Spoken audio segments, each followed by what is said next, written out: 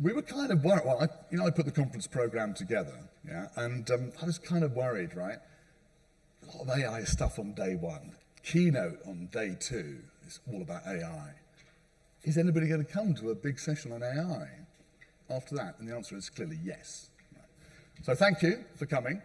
And the reason you're here is because it's such a big and important topic. We've heard a lot about it. We've heard about it at very important big picture level. So the humanity, the ethics, all that stuff around AI, which we heard about in the keynote, which is terribly important.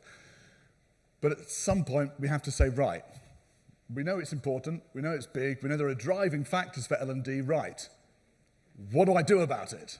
And that's what this session's about, right? So I'm delighted that in a second I'll just introduce our keynote speaker. Well, she should be a keynote speaker, but say it again, yeah. She should be a keynote speaker, and she often is, but today she's a session speaker. She's Egla Vinauskaite, and I've done a lot of work with Egla in research into how AI is actually used in L&D. So we've done, I think, 3 reports over the last 18 months or so, and we're going to be putting out another 1 or 2 this year because it's such an important topic. But the focus is always on the descriptive rather than the prescriptive. In other words, what's actually happening? How are people using it? What's really going on? Describing it rather than saying, this is what you should do. That's what's going to be the core of Egla's talk. I'm going to shut up and let her get on with it in a second. But the idea is we're going to look at what do you actually do to get AI to work for you in L&D in your organization. I can't think of anybody better or better equipped to give this talk than Egla Vinauskaite. So please give it up for Egla. There we go.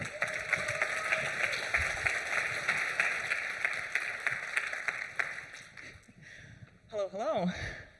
Yesterday we had a day full of AI, and today I've come back for more. Nerds. You're gonna get more. You're in for 70 minutes of AI goodness.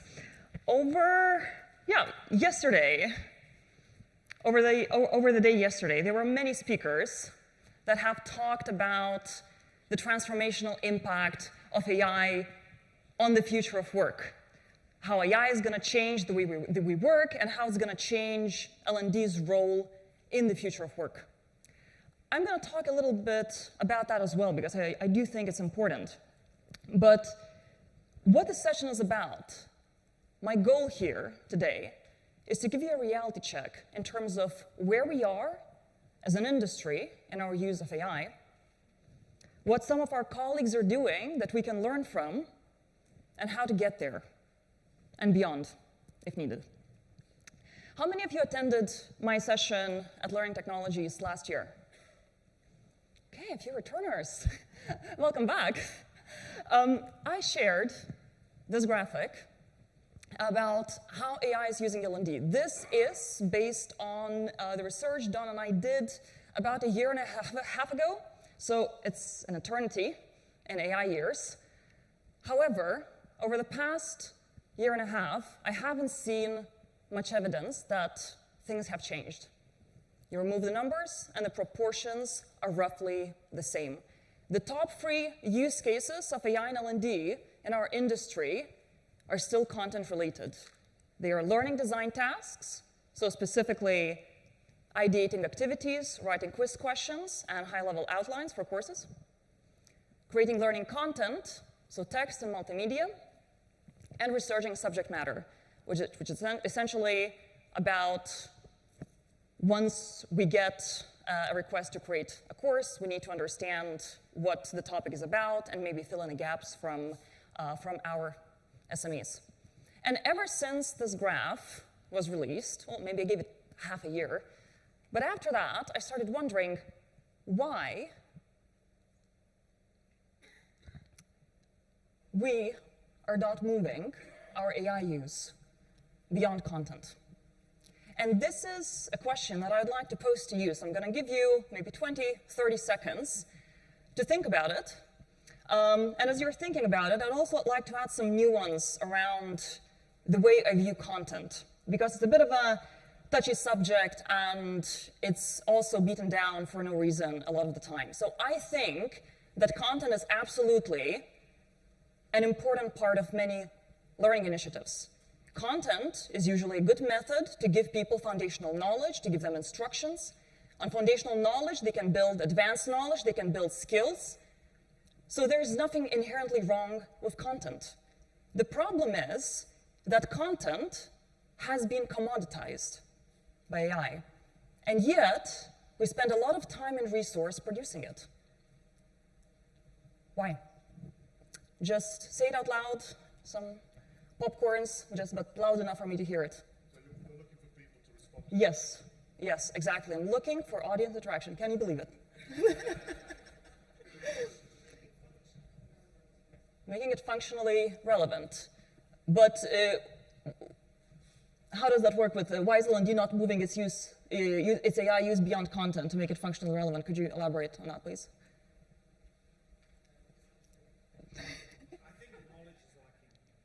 Knowledge is lacking. Yes. Okay. And the access to data is also limited. Yeah, access to data is limited. Yes.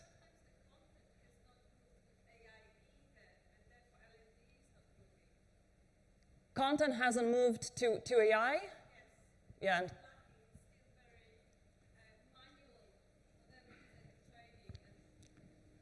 Yes. Thank you for that. Thanks for entertaining me. I think that a lot of you were, these are all valid reasons that you listed. A lot of you were onto something. And I think that there are broadly maybe 3 buckets of reasons why L&D is not moving its AI use beyond content. The first bucket is practical. We don't have the budget, we don't have the time, maybe there are compliance issues, information security issues, that sort of thing. Skills as well. The second bucket, it's around perhaps organizational barriers. So things like organizational resistance, or the organization does not have the infrastructure to implement any more advanced AI use cases. There's also human factors. I feel overwhelmed. I don't know where to start. I don't have enough headspace to focus on something at work. All of these are very valid, but I'd like to add another one. Why is L&D not moving its AI use beyond content? I think it's because we're making a category error. We are treating AI as if it belongs in one category when it actually belongs in another category. We are treating AI as if it's an incremental technology, an incremental tool, like many that we have seen before, when it's actually a transformational piece of technology that's going to change the way we work, and that's going to change the role that L&D is going to have to play in that world of work. The other day, I was having a conversation with Lars Hyland. Lars, you here somewhere? Woo! Hey there. And he said a really interesting thing that has really stuck with me and resonated. He said, it's interesting that when we start talking about AI and learning, we end up talking about the world. And this is very true, Lars. And actually, I'd like to add something to that. Another theme yesterday was this whole idea of being proactive instead of reactive in the face of AI. And how do you do that? How do you do that when technology moves so fast? And I think that the way to do that is to form a point of view on the future of work. It is to form a point of view on where the world of work is going, how that might affect learning and L&D, and what we need to become, what purpose do we need to have actually have a place in it. Because we're always going to be playing catch-up if we are creating something from our current position. We are catching up to technology. We need to think about where it's going and then build a bridge, because that's how we can stay ahead. And for that, we need to form a point of view of where we are going, a direction. And I'd like to share a few thoughts to get you started on that point of view. At schools, the majority of students already use generative AI for their homework.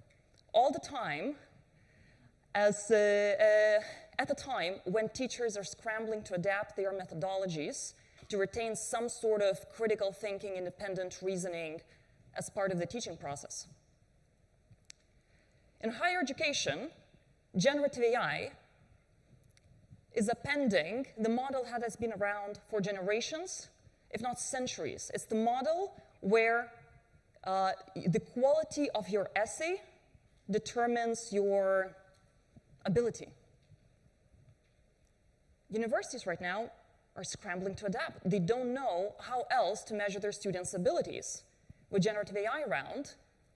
And yet, for better or worse, we are relying on their ability to do exactly that for our university to workplace pipeline. So what is it going to be? What's it going to mean for the workplace? Now, what happens when these students graduate into early careers, when they try to get their first job? How many people are we going to need in entry-level careers? Because historically, when we were earlier on in our careers, what we would do is that we would do these rote tasks, we would learn the ropes, learn to do the job, and then eventually we gain mastery and we get more skills and get higher up in our careers. Well, what if you, now that AI is actually taking away some of these jobs, and we have already seen data from that, I think in the United States definitely, that there is a marked decrease in the number of early careers graduate spots available. I think the number of graduates per position has doubled in the past year, and some of that is because of the economic conditions, but some of that, like doubling, is an insane statistic.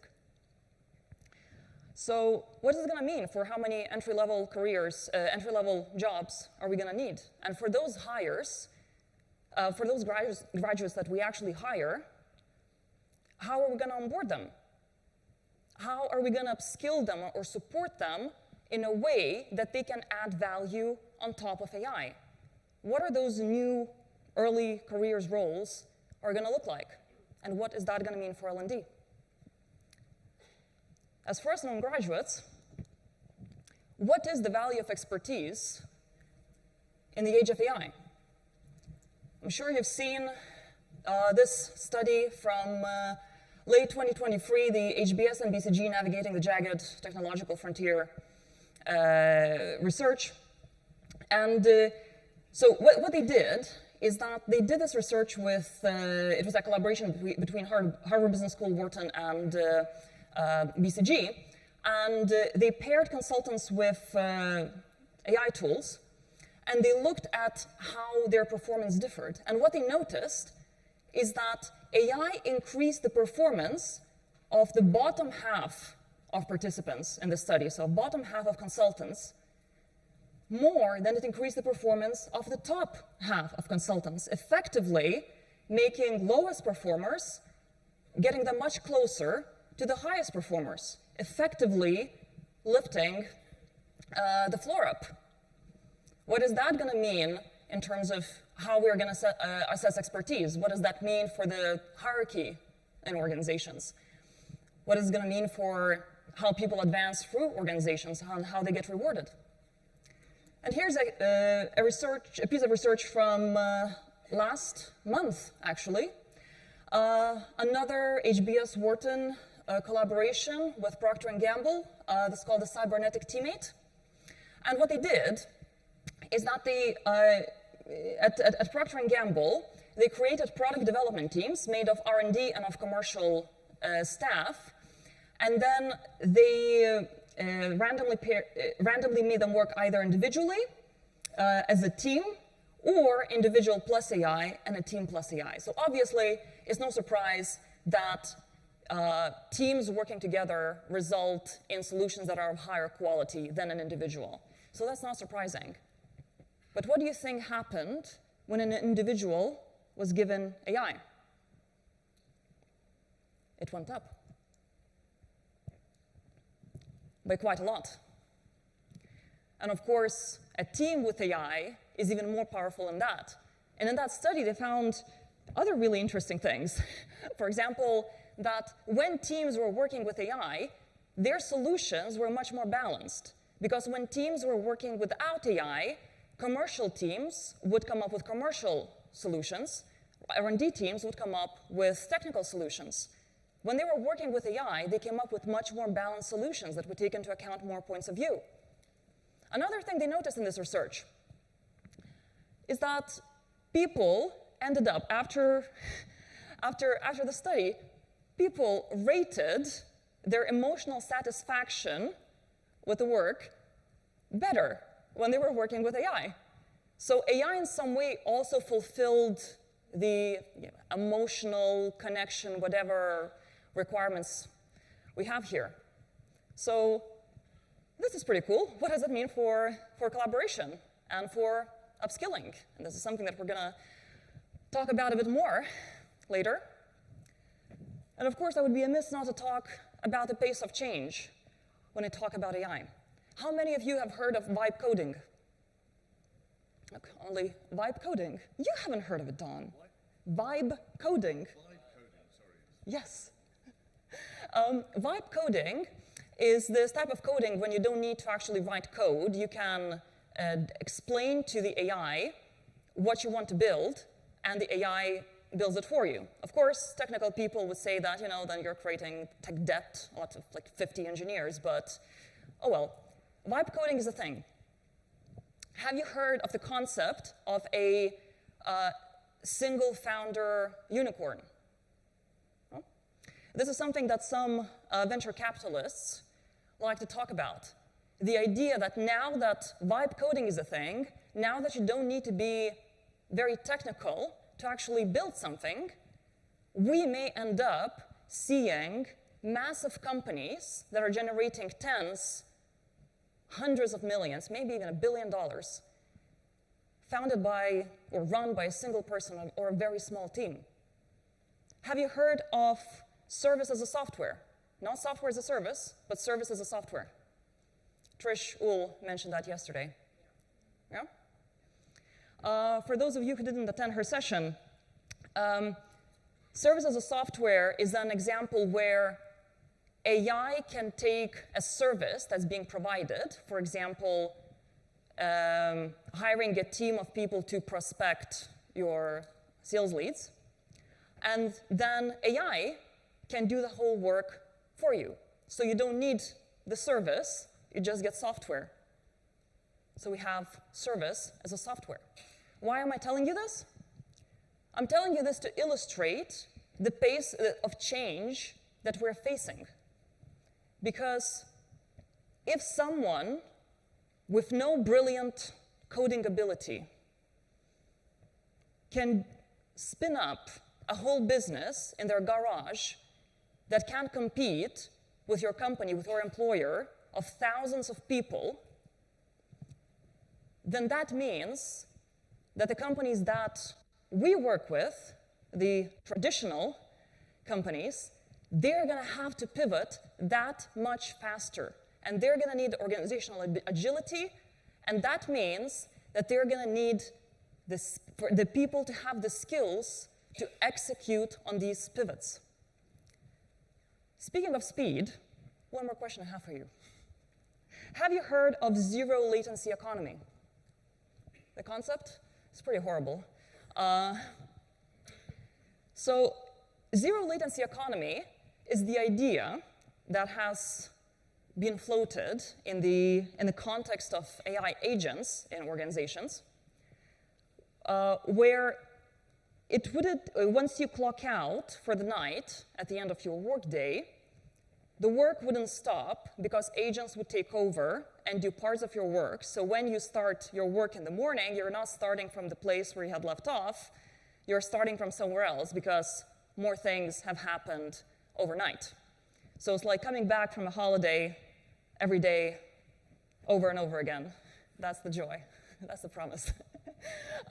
So we're going to see where this is going to go, but just imagine what that's going to do to the pace that companies have to move at, how that's going to increase the competitive pressures when your competitors start implementing these agents, and what that's going to do to the expectations of people's performance to be able to keep up with all of that. So let's summarize what I just said. In other words, AI is going to affect the nature of work, is going to affect the pace of work, is going to affect our ways of working, our thinking skills potentially, our work identity, because we may not even notice that we draw a lot of pride from the thinking that we produce, from the work that we do. So much like, you're all in L&D, so you're probably aware that, for example, when you're doing manager training programs, first-time manager, it's not just about training people on the technical skills of how to be a manager, delegate, coach, give feedback, all of these things. It's also about helping people make the transition from an IC to a manager, because they would draw pride from their ability to do the work. And suddenly they have to reorient, and now their worth is not in doing the work, but in managing other people. It's a bit of a mental change. And this is something similar, I would imagine, that we might have to go through with our work identity, because we might not be doing the whole chunk of work that we're doing right now. And of course, it's an open question how that's going to affect the social contract between employees and employers. I would encourage you to think about what happens when the media starts talking about some of these themes. Or what happens when you teach someone to use generative AI for the first time and they see the power that it has, what it can do.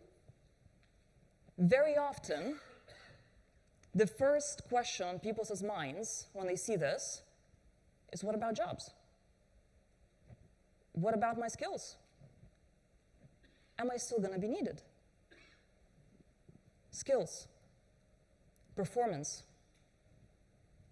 That's us. It is our job and it is our purpose to help people navigate work. And when I look at this graph, it makes me feel that we are not quite meeting the moment. This is the graph from earlier. It feels like we are not quite solving the right problems.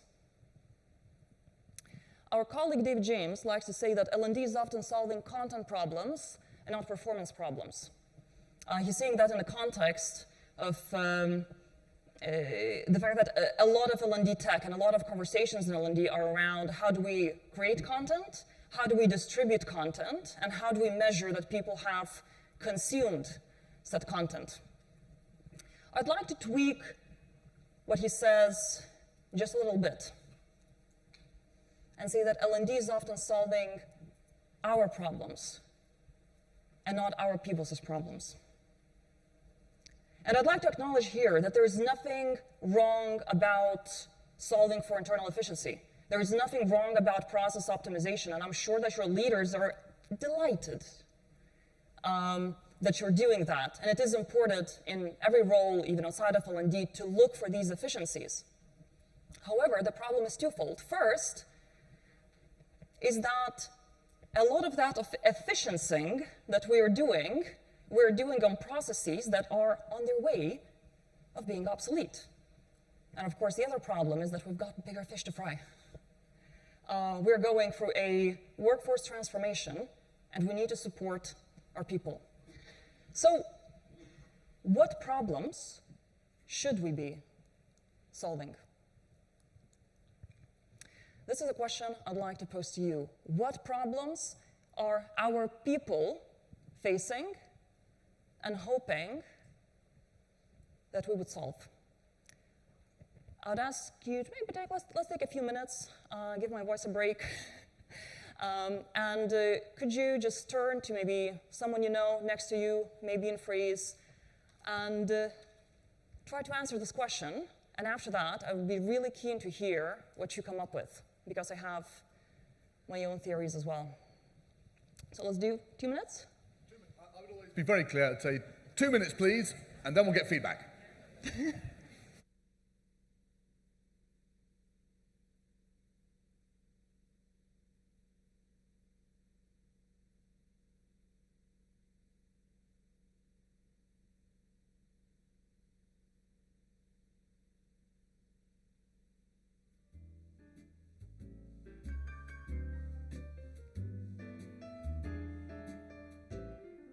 When you were here before, can look in the eye. You're just like an angel. Your skin makes me cry. You float like a feather in a beautiful world.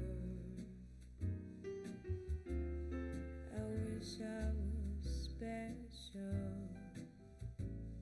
You're so very special. But I'm a creep, and I'm a weirdo. What the hell am I doing here?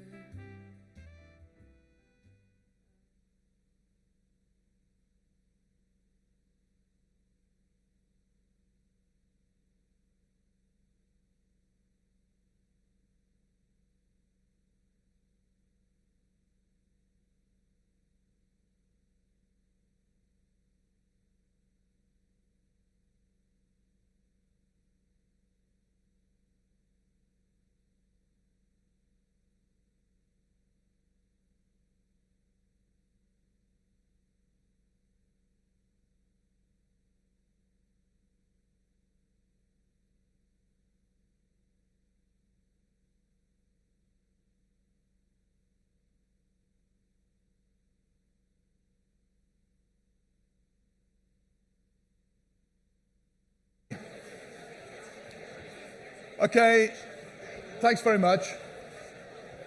Now look, you know we have the captioning.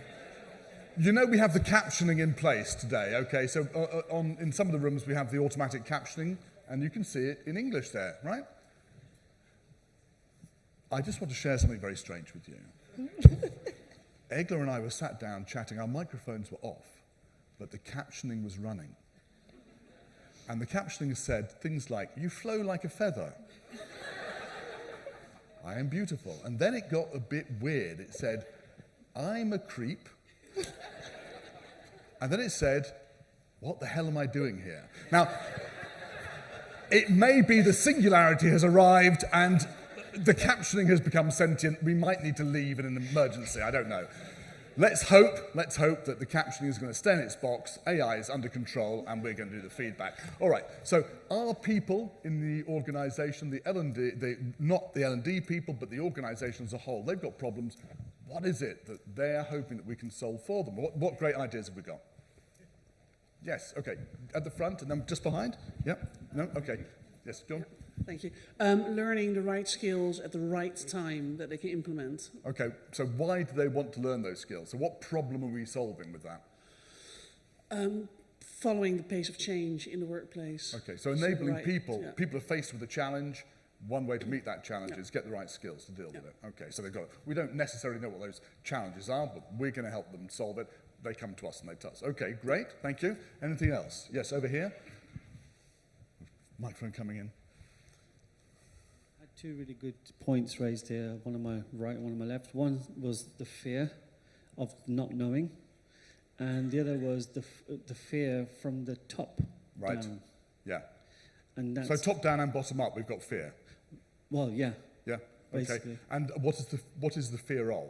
the not knowing of Okay. how it's going to change their work life. So, and when you say it, you mean AI? AI. So Yeah, okay. So the problem we're solving is helping the top and the bottom feel that not that there is no problem or there is no challenge, but at least making it clear, removing the unknown, helping people perhaps face something that's known. Is that fair? Clarity. Yeah. Brilliant. Clarity. Lovely. Thank you. Yes, so clarity, helping people with problems. Yes, over here. Yeah, I would dare saying that we can help them still be relevant, because relevancy is a word that I think we're all relating here in this rapidly changing world. This is a word that I use a lot at the moment, actually. When I'm sorry, Egla, I'm taking over your presentation. It's a word I use a lot when I'm talking to people. Does this sound like it makes sense to you? It's helping people feel relevant, overcoming the fear, bringing the clarity, helping when people have got the problems that they come to us, and we can say, look, yes, things are changing. We can help you with you mentioned skills here, the skills that you need to get to the next stage. Does this make sense? Yeah. And thank you for that. This is a really good selection of the types of problems that people might be facing. And I think at this point it's important to think from the perspective of our people, not we think they might be facing. That's just a good habit in general. Because some of these problems may be around skills. Some of these problems might be, how do I advance?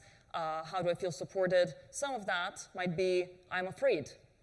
I feel listless. I don't know what's going on. All of these are valid. And I would say that these problems, whatever they are, in the workplace, these problems matter to people because they are tied to something that the business wants them to do. And the business usually wants to solve 3 problems. The first one is cost management and profitability.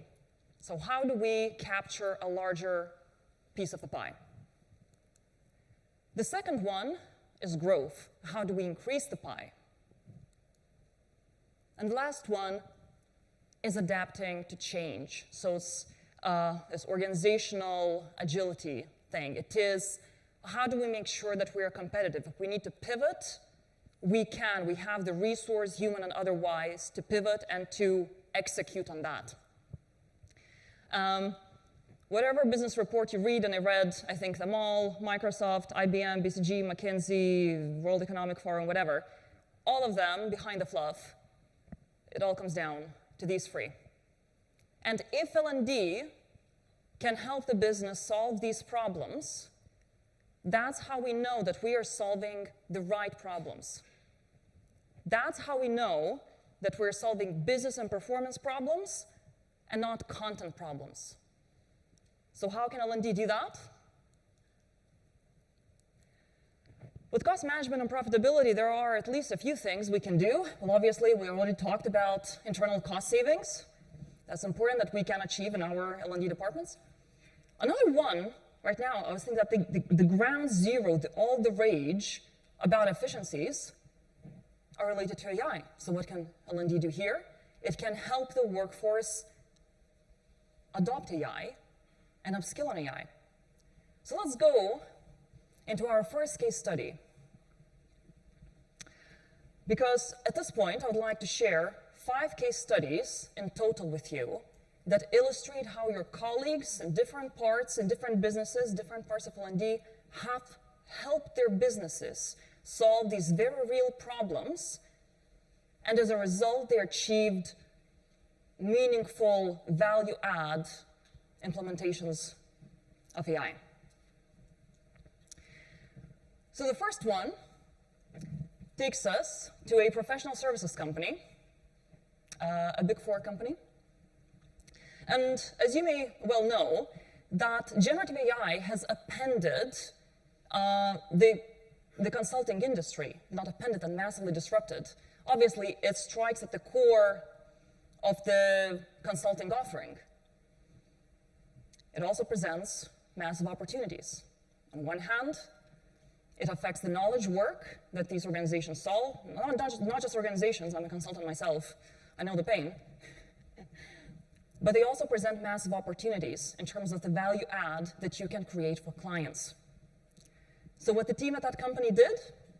Well, it did many things, including various applications of AI internally and various programs. But here, I want to talk specifically about what they did to upskill and build AI capability in the organization at scale.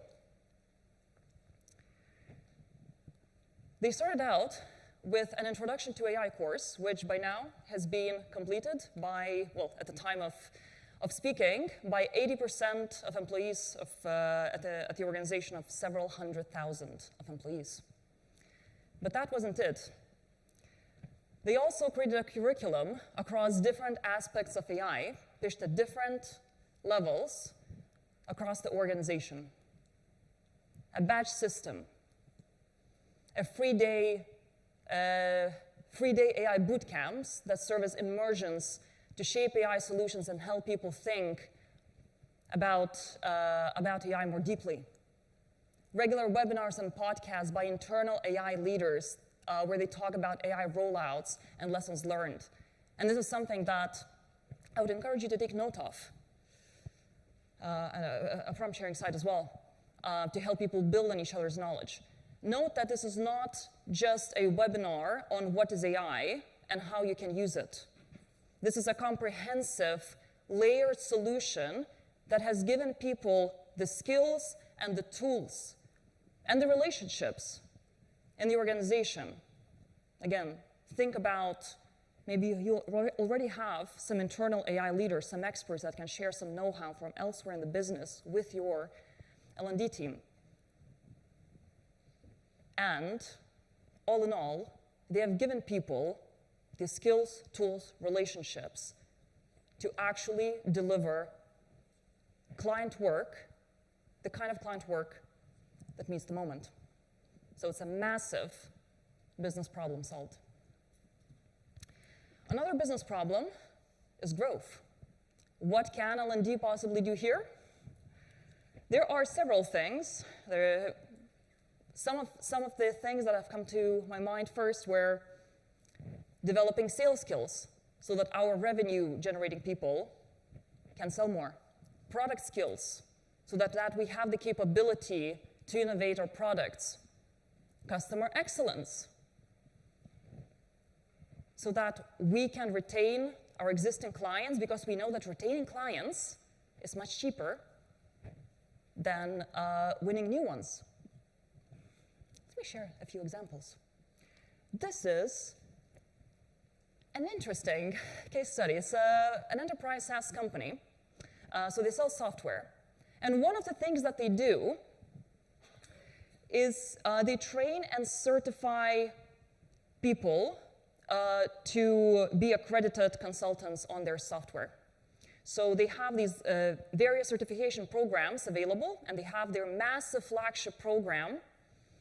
And that is, imagine a complex, long, blended learning experience. So people work by themselves, people work in teams, they solve problems, they solve mock client cases, they present their solutions in front of an assessor who fails or passes them. And you can imagine that, first of all, it's a very valuable thing for the company to have. But on the other hand, it's also a bottleneck, because can you imagine the scheduling nightmare of viewing thousands of people's submissions, giving people feedback, the admin nightmare of that? So they became a massive bottleneck. But they decided to solve that, their L&D team. And here's what they did.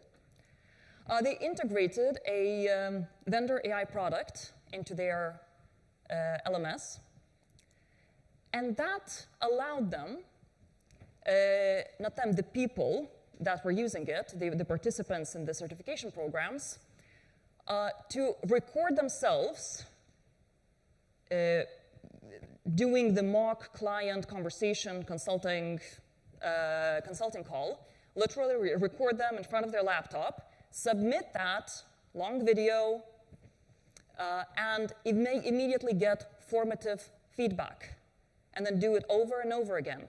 Can you imagine the administrative toll and just the financial impossibility it would be to do that for thousands of people all the time?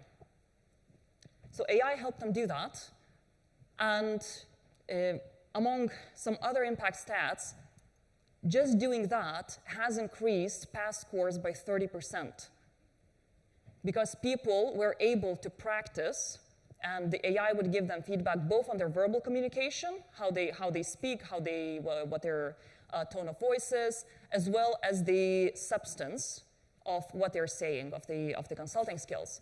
And because they were able to do that over and over again, a lot more people had the opportunity to practice before they actually went in front of the panel and got certified. And finally, this entire solution helped them streamline this whole AI plus human assessment. Because what they ended up doing is that in the final certification phase, participants would submit their videos of themselves solving client problems. AI would do the first pass of the assessment, and then the human assessor could spend more time and assess in more depth some of the more nuanced and complex tests. And the beautiful thing about this case study is that just by doing that, the L&D department generated $1 million. That is revenue generation that L&D can do. Another case study, this is actually one that I shared last year, but I thought this is brilliant. I'm gonna do it again because a lot of you can learn from it as well. Such a brilliant implementation of AI. So in this organization, a few years ago, it was, again, a consulting company, a much smaller one, a few thousand people, and they have a very unique consulting culture, learning culture. All of their learning and development happens through skills coaching. They have nothing else. They have no courses aside from some onboarding compliance things, but everything else happens through skills coaching, and all of their client conversations are recorded. So they were going through a bit of a commercial situation where they needed to improve client retention. That was a strategic priority. And they were lucky because their learning leader had the vision to actually sit down at the table with the leadership team and figure out how L&D could contribute to the strategic priority of the business, how it could solve the main business problem at the time, which was improving client retention. And here's what they did. They identified the best performers, the consultants that were the best at retaining clients, and they then unleashed AI on the transcripts of their calls to identify best practice, what they were doing differently than all the other consultants. They found 6 conversation points in the client journey that they were doing differently, that they formed the best practice. What they did then, they provided human coaching, one-to-one coaching on that best practice playbook. So sit down with your manager, L&D person, whoever, one-on-one human coaching. Here's how things should be done. And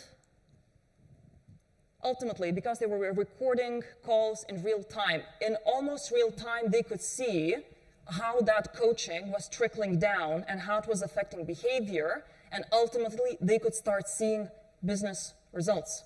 They could start seeing client retention increasing.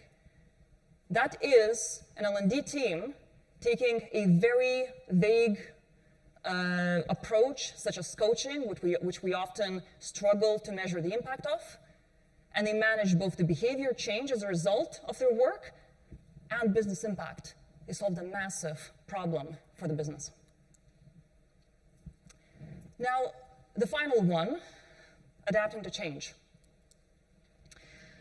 There are many ways that L&D can help here, but it's all around organizational resilience. So what does it mean for an organization to be resilient?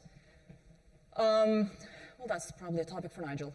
But there are at least a few things. One is social learning. What is essentially social learning? It is opening up the flows of information so that people can learn from each other, so there are no silos that can impede people's performance, that there is no single point of failure in the organization. Human resource agility. It is knowing what kind of resource you have in the organization so that you can quickly deploy them somewhere else. And what does that look like? One example, global healthcare company, again, tens of thousands of employees.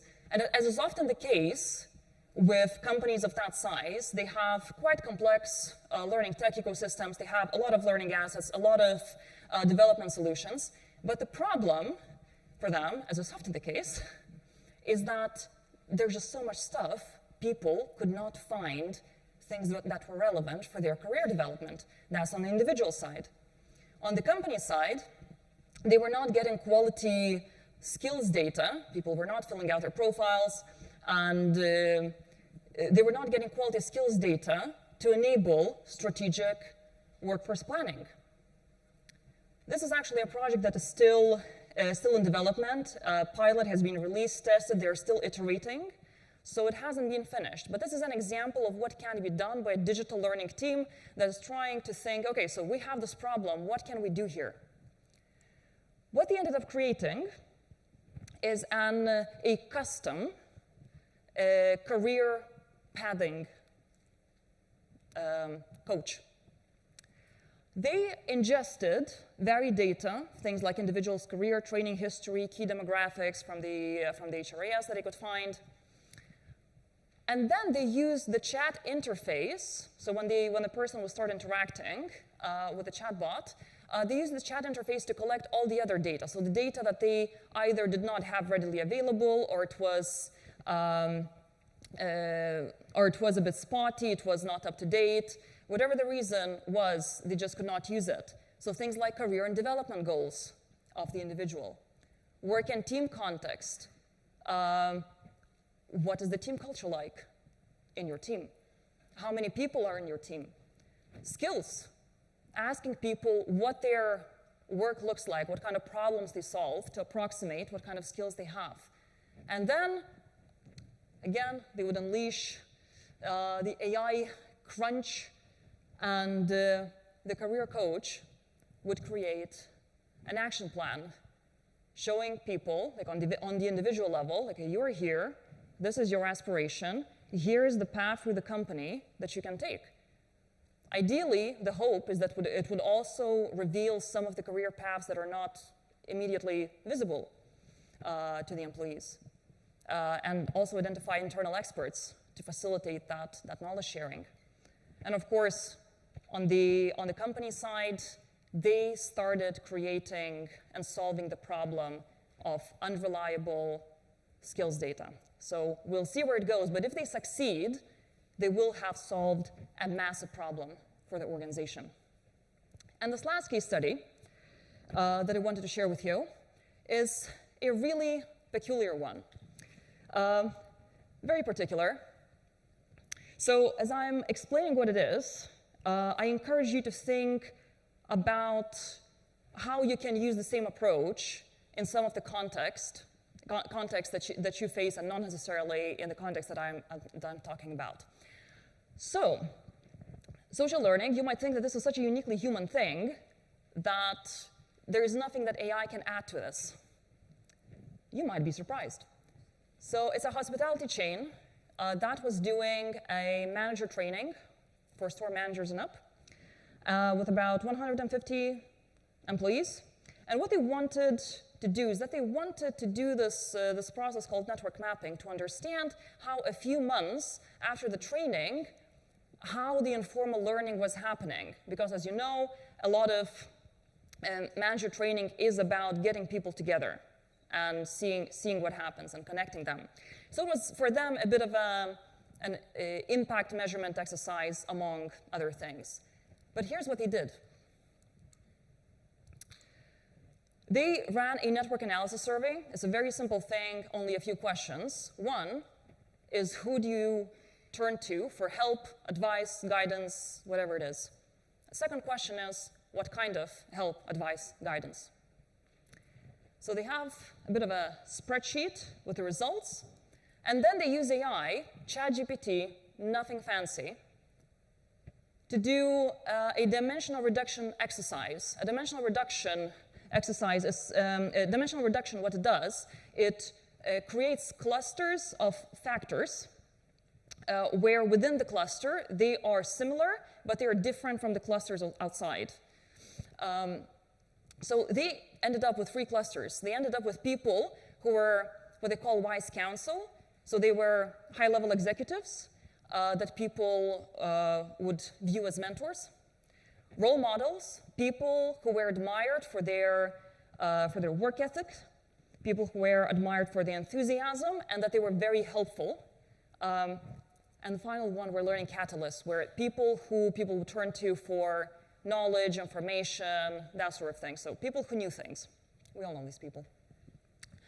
And at this point, this is where, this assessment is still ongoing, so it's up to the organization where they're going to take these insights. At the very least, they now have a sense of how informal learning is happening within the organization.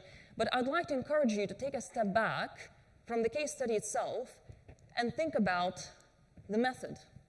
Because if you can do that in your teams, for example, in the training that you do, or whatever learning intervention where this applies, if you can do this kind of network mapping exercise, Google dimensional reduction, give ChatGPT the right instructions. Perhaps before the intervention, you can ask the question, who ought to connect in a learning initiative? Who do we bring together? How do we group people if we have hundreds of people in the room? Or maybe post. Have we broken the silos? We did a leadership program, they came together. Did that ultimately matter? So think about it. Those were the 5 case studies. You survived. We're almost there. But obviously, when you give people examples, it's quite difficult to understand, okay, so what's out there? Give me a framework. Help me think about this. And I love a good framework. So I created the AI and L&D menu for your convenience. This is going to be about solutions, not problems. But I do hope that this could serve as a good starting point for you when you are facing a problem and you ask yourself, can AI help me with that? This is what your colleagues in the rest of the industry are doing. Obviously, AI is a universal technology. A lot can be done with it. So I find it helpful to break it down into 3: process, learning, and strategy. For process, these are very common AI use cases. For strategy is all about data. How do you do the analysis? How do you interpret the data? How do you action on that data? And there's learning in the middle, and I'd like to break it down further because we talk about upskilling. We talk about performance support. Right now, knowledge management, which is using AI to tap into your organizational knowledge to retrieve the right information to people. Right now, there's a lot of work happening here. But I'd like to make a small note here that historically we would always have upskilling and performance support, push and pull, just in case, just in time, courses, resources. But with AI, we have a third one. We have enablement. Enablement is when AI takes away the task so that the person doesn't need to either build the skills for it or they don't need to support their performance for it. So an example of that would be a sales prospecting agent that we talked about earlier. And this is actually in sales, there's a lot of that. There's a lot of that happening. So we talked about why it's important that we meet the moment. We talked about the importance of solving the right problems and that we meet the moment by solving the right problems. And we looked at how our colleagues elsewhere are doing this. So the last part, hopefully at 15 minutes. 15 minutes. We do need time for Q&A. I'll do my best. I want to look into how the majority of us could move from here to anywhere else over there. How do we get there? Last year, I introduced my AI and L&D complexity scale. It's a scale from left to right, simple to sophisticated use cases of AI. Here are some of the main clusters of how AI can be used. And if we were realistic about how AI is being used in our industry, it would look a bit like this. However, if we overlaid the impact curve, it would look something like that. So there's something really interesting going on in that corner. This is where the impact is, but where very few of the organizations are. So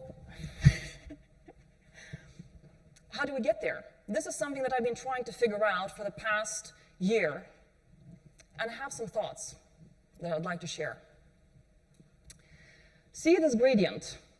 It's a bit misleading, because a gradient implies that there is a gradual transition from left to right, that if you just do enough AI work here, is going to give you the skills, the whatever you need, the trust in the business that you know what you're doing, and then you can unlock these other use cases. Don and I did a follow-up study late last year, half a year ago, and we could not find evidence for that. There is no natural transition. So if there is no natural transition, how do you move from AI for admin and learning design to performance support, skills management, data, and so on? There are 3 adoption enablers. The first one is basic AI readiness. So do you have the skills? Do you have some examples? Do you see the opportunities in your organization for that? The second one is open L&D. So open L&D is the kind of L&D department that is willing to challenge the norms, and they focus on performance and use content. They do use content, but they use content as a means to achieve a performance-related goal. And the final one is business readiness. Does your organization have the strategy for that kind of advanced AI implementation? Do they have the infrastructure, the data infrastructure, technical infrastructure? Do they have the mandate? Have they given you the mandate to use AI in those ways? And do you have a culture of experimentation, a culture of safety, where innovation is rewarded rather than punished as waste? So let's go back to the scale from before. Simple, same thing, simple to sophisticated. Let's remove the gradient. And instead of adding all of the AI use cases, we have domains, internal efficiency, point solutions. Point solutions are AI uses where L&D is solving a particular problem. So for example, we need people to sell better, therefore we're going to do, for example, we might use AI bot that helps them practice sales skills, or a business problem is that the onboarding is too long, people are out of work for too much, the opportunity cost is too high, so how about we do some knowledge management solutions so that we can support new joiners in the flow of work and cut the time that they need to be onboarded. And business integration is, of course, supporting the business with the skills. Key enablers. Very simple ones is what we talked about before, having the skills, having some ideas, and focus on L&D optimization. Point solutions.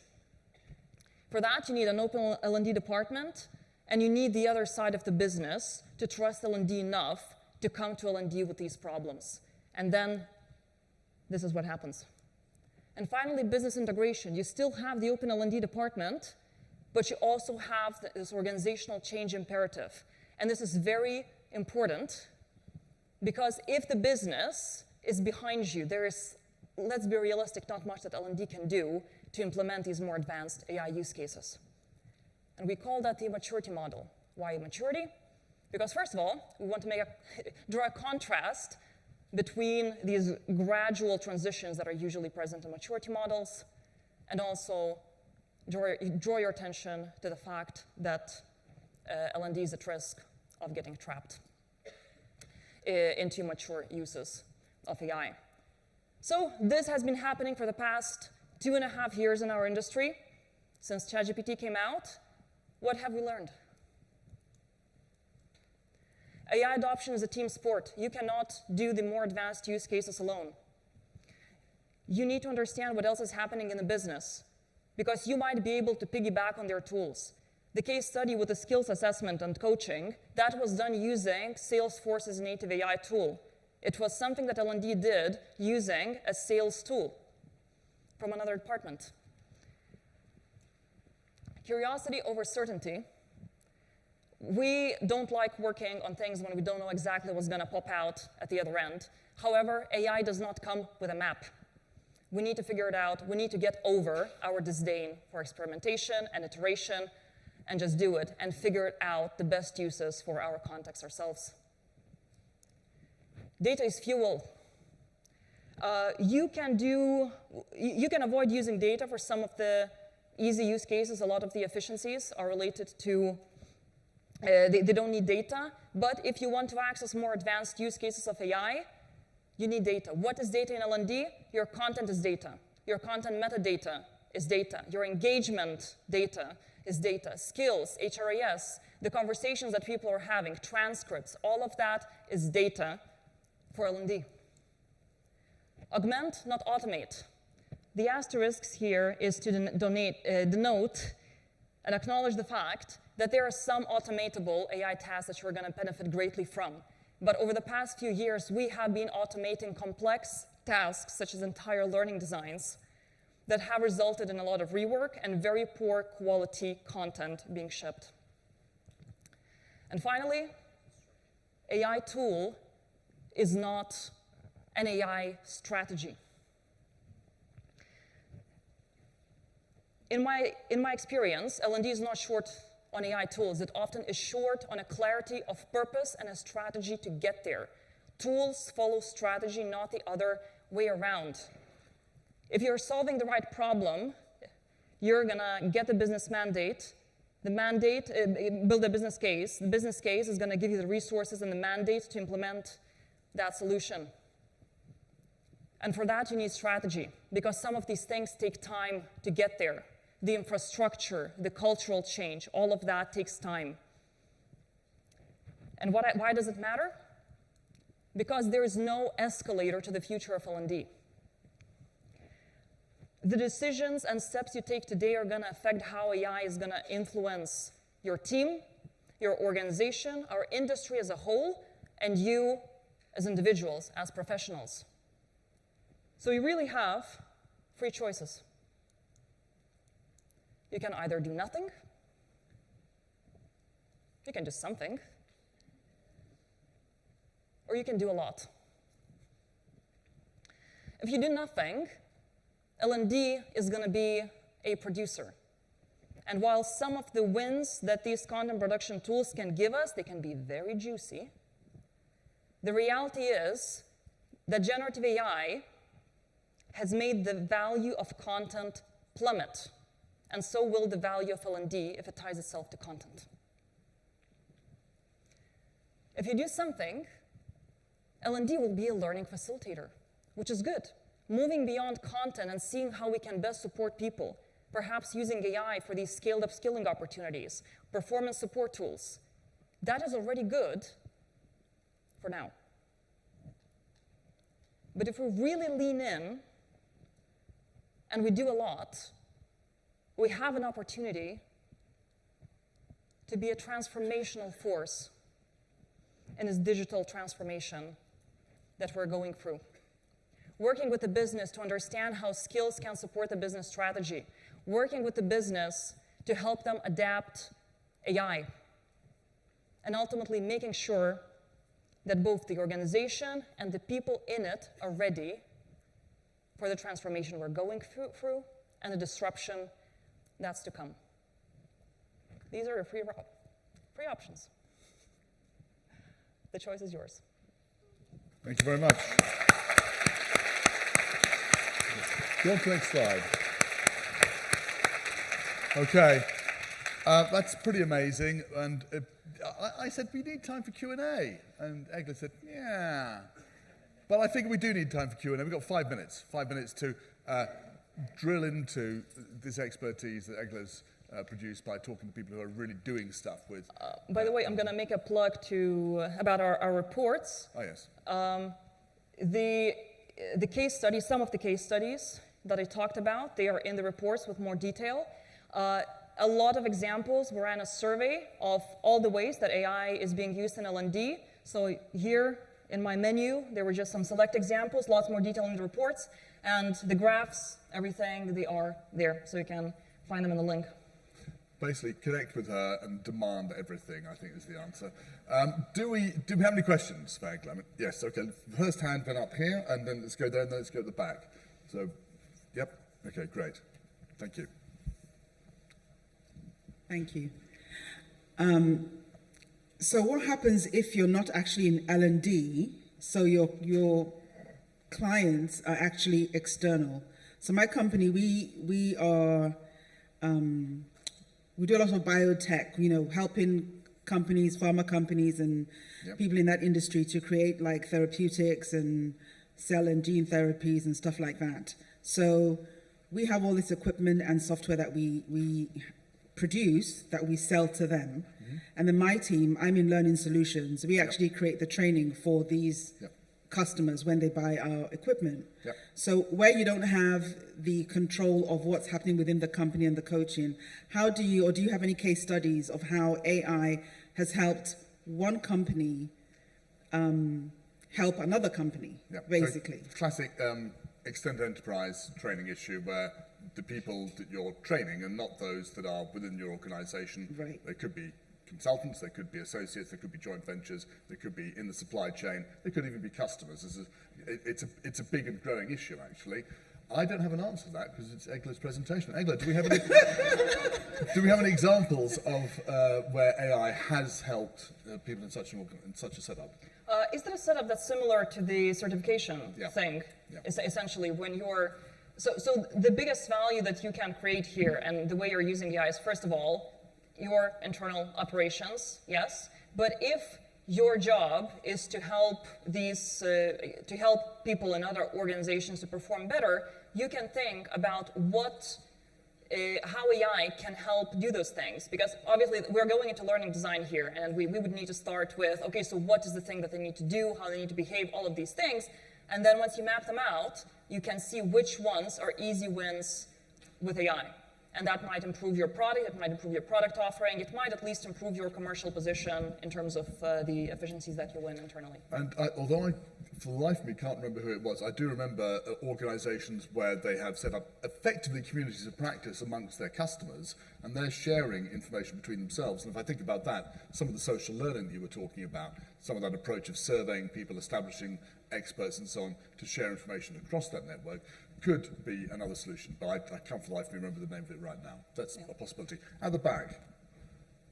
Thank you for the question, by the way. Yeah. Hi, thank you.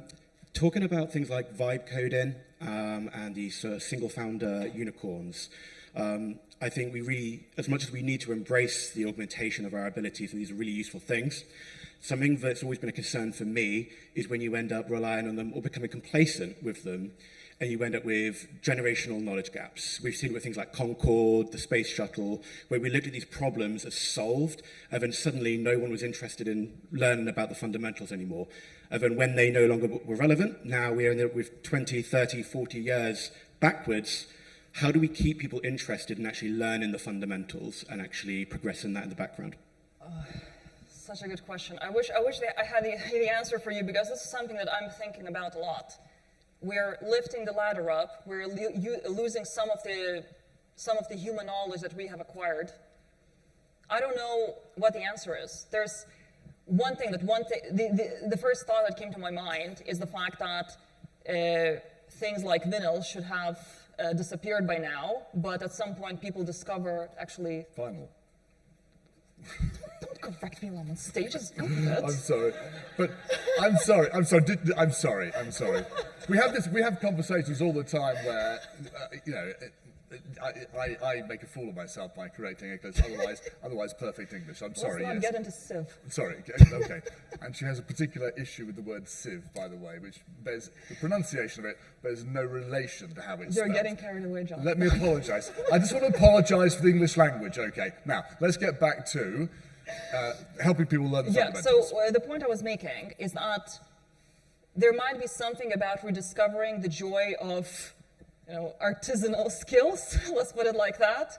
Maybe if AI is doing so many things, we'll start putting a premium on human-made things, and maybe that will apply not just to crafts, but to knowledge as well. Who knows? It's one of these things that I find it genuinely difficult to imagine, because this is something that we've never encountered before. But I was talking to Heather Stefanski, who's the CLO of McKinsey, a couple of months ago, and she was talking about how they're designing their learning. They're using AI a lot, but they're very aware of this issue. And what they're doing is they're saying that they're using AI not to create the answers to problems, but to help guide people who are learning by presenting them with questions which the person has to answer in order to then solve a problem. So they are learning kind of as they would have done on the job, but it's much more structured and accelerated and focused, but they're still having to do that fundamental thinking, which teaches them some of those issues on the way, if that makes sense. Okay, I've got my big clock app here, which tells me that we've run out of time, Egla. Is that all right? Yeah. Fine. I know. Fine. Look, I feel that you and I, everybody in the room, we could all chat about this a lot, and I would love to do that, but I'm also acutely aware that lunch comes next, and that nobody can think without having their body fueled. I want to thank you very much for coming along, sharing your questions. Particularly want to thank Egla Vinauskaite, who has pulled together all that research, all that thinking into a framework that enables us now to consider, right, how do we do it? We've got some answers now on how we can actually put AI to use for L&D. So let's give her a big round of applause. Egla, thank you very much. Well done.